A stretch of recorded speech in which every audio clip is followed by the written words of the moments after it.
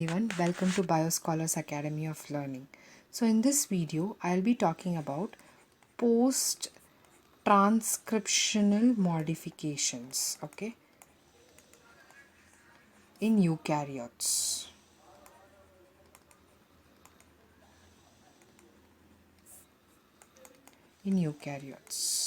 So what is post-transcriptional modification? The word itself tells it is a modification that your mRNA undergoes in order to become mature. So you have something called as hnRNA. hnRNA is called heterogeneous RNA, which is synthesized in your nucleus. Okay, this hnRNA has to be transported safely into the cytoplasm, okay, where translation is going to take place. Okay, the hrRNA becoming a functional mRNA is called as post-transcriptional modification. Okay, why this is happening? Because in eukaryotes, your transcription happens in nucleus and translation happens in cytoplasm. So that is the whole need for post-transcriptional modification. So the mRNA has to be safely transported from the nucleus into the cytoplasm. So there are three kinds of post-transcriptional modification. One is 5' capping. So let's see one by one. So imagine this is the hnRNA, that is your heterogeneous RNA. So the heterogeneous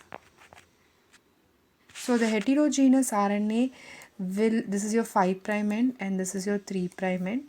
To the 5' end, a base called 7-methyl guanosine will be added. That is called as cap. Okay, addition of 7-methyl guanosine to the 5' end of an hnRNA is called as capping. Okay, and what is the role of this capping? This capping helps in ribosome binding. Okay, very important. It helps in binding of your ribosomes. Okay, so that's in brief about capping. Next, let's talk about splicing.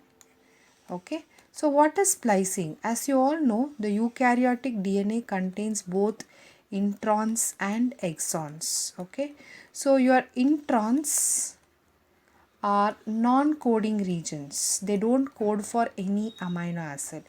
They are non-coding. Okay, whereas your exons, they are coding regions. Okay, the removal of non-coding introns. Okay, so removal of introns is called as splicing. Okay, so when the mRNA is completely devoid of your introns, then we call it as splicing. And splicing is happening with the help of an RNA complex called spliceosome.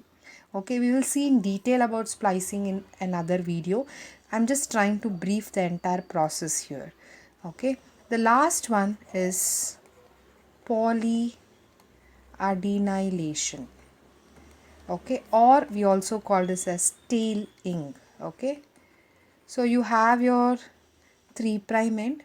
To the 3' end, you will have lot of adenylate residues being added to the 3' end is called as polyadenylation. And this happens with the help of an enzyme called poly-A polymerase. Okay, so what is the use of polyadenylation? It basically adds to the stability of the mRNA. Okay, it also prevents the attack of enzymes like DNases. Okay, so the whole motto behind your capping,